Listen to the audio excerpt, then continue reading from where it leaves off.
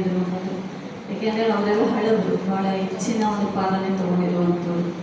ಪ್ರೇಮಲಕ್ಕವ್ರು ಇರ್ಬೋದು, ಲಲಿತಕ್ಕವರು, ಅಶ್ವತ್ಥನಾರಾಯಣ ಪುಟ್ಟಣ್ಣವರು ಎಲ್ಲರೂ ಹೆಚ್ಚು ಆಗಿನ ಸಮಯದಲ್ಲಿ ಸಾಕಷ್ಟು ಕಷ್ಟದ ಸಮಯದಲ್ಲೂ ಕೂಡ ಪಾಲನೆ ಅಥವಾ ತ್ಯಾಗ, ತಪಸ್ಸು, ಅವರ ಒಂದು ಅನುಭವಗಳನ್ನು ಶಬ್ದದಲ್ಲಿ ಹೇಳಲಿಕ್ಕಾಗಲ್ಲ.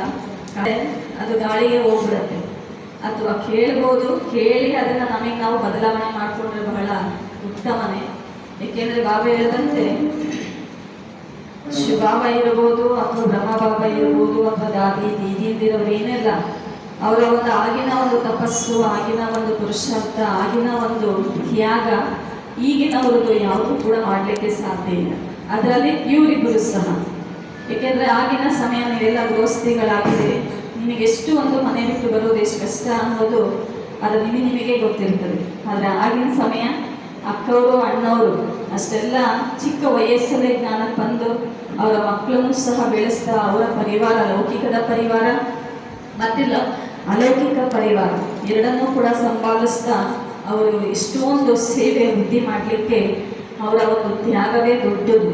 ಏಕೆಂದರೆ ತ್ಯಾಗ ಮಾಡಲಿಲ್ಲ ಅಂದರೆ ಹೇಳ್ತಾರಲ್ಲ ಬಾಬಾ, ತ್ಯಾಗ ಮಾಡಿದರೆ ಭಾಗ್ಯ. ಹಾಗೆ ಅವ್ರ ತ್ಯಾಗ ಇವತ್ತು ನಮ್ಮೆಲ್ಲರಿಗೂ ಭಾಗ್ಯ, ಹೌದಲ್ಲ?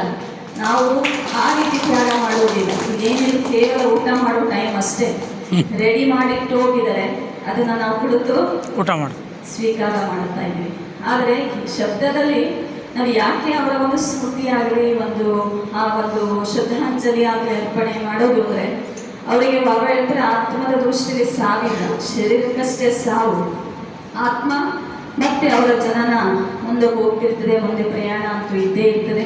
ಹೊಸ ಮನೆ, ಹೊಸ ಪರಿವಾರ ಹೇಳ್ತಾರಲ್ಲ, ಡ್ರೆಸ್ಸು ಮತ್ತು ಅಡ್ರೆಸ್ ಅಷ್ಟೇ ಬದಲಾವಣೆ ಬಿಟ್ಟರೆ ಅವರ ಒಂದು ಜೀವನ ಅಂತೂ ಇದ್ದೇ ಇರ್ತದೆ.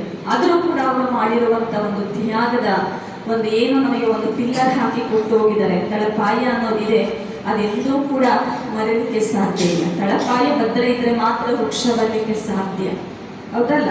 ಹಾಗೆ ಅಣ್ಣವರು ಅಕ್ಕವರು ಇಷ್ಟೆಲ್ಲ ಇವತ್ತು ನೋಡಿ, ನಾವೊಂದು ಕುಮಾರಿಯನ್ನು ವೃದ್ಧಿ ಮಾಡಬೇಕಂದ್ರೆ ಎಷ್ಟು ಕಷ್ಟ ಅಂತ ಹೇಳಿದ್ರೆ ಅದು ನಮಗೆ ಈಗ ಅನುಭವ ಮಾಡ್ತಾ ಇದ್ದೀವಿ. ಈಗಿನ ಕುಮಾರಿಯರು ತ್ಯಾಗ ಮಾಡಿ ಬರುವಂಥವರಲ್ಲ.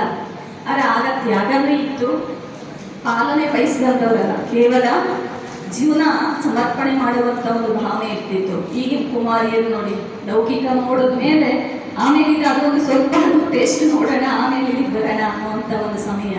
ಆದರೆ ಆಗ ಅಣ್ಣವ್ರು ಇಷ್ಟೆಲ್ಲ ಅಕ್ಕವ್ರು ಆಗಿರ್ಬೋದು, ಅಣ್ಣವ್ರು ಇರ್ಬೋದು, ಇಷ್ಟು ಕುಮಾರಿಯರನ್ನು ಸಂಪಾದಿಸಿ ಪಾಲನೆ ಮಾಡಿ ಜೊತೆಗೆ ಇಷ್ಟೆಲ್ಲ ಸೇವೆ ವೃದ್ಧಿ ಮಾಡಲಿಕ್ಕೆ ಅಕ್ಕವರ ಮತ್ತು ಅಣ್ಣವರ ಒಂದು ತ್ಯಾಗದ ಫಲ ಇವತ್ತು ಬಹಳ ಚೆನ್ನಾಗಿ ಬಾಬಾ ಅವರ ಒಂದು ಭಾವಿಸ್ತೀನಿ. ಅದರ ಅನುಭವನೂ ಕೂಡ ನಾವು ಮಾಡೋ ಒಂದು ಉಮಂಗ ಮಾಡ್ತಾರೆ, ಜೊತೆಯಲ್ಲಿ ಇರ್ತಾರೆ. ನಿರಂತರವಾಗಿ ಸಂಗಮ ಯುಗ ಇರೋರು ಕೂಡ ಅವರ ಒಂದು ಸೂಕ್ಷ್ಮವಾದಂಥ ಸಹಯೋಗ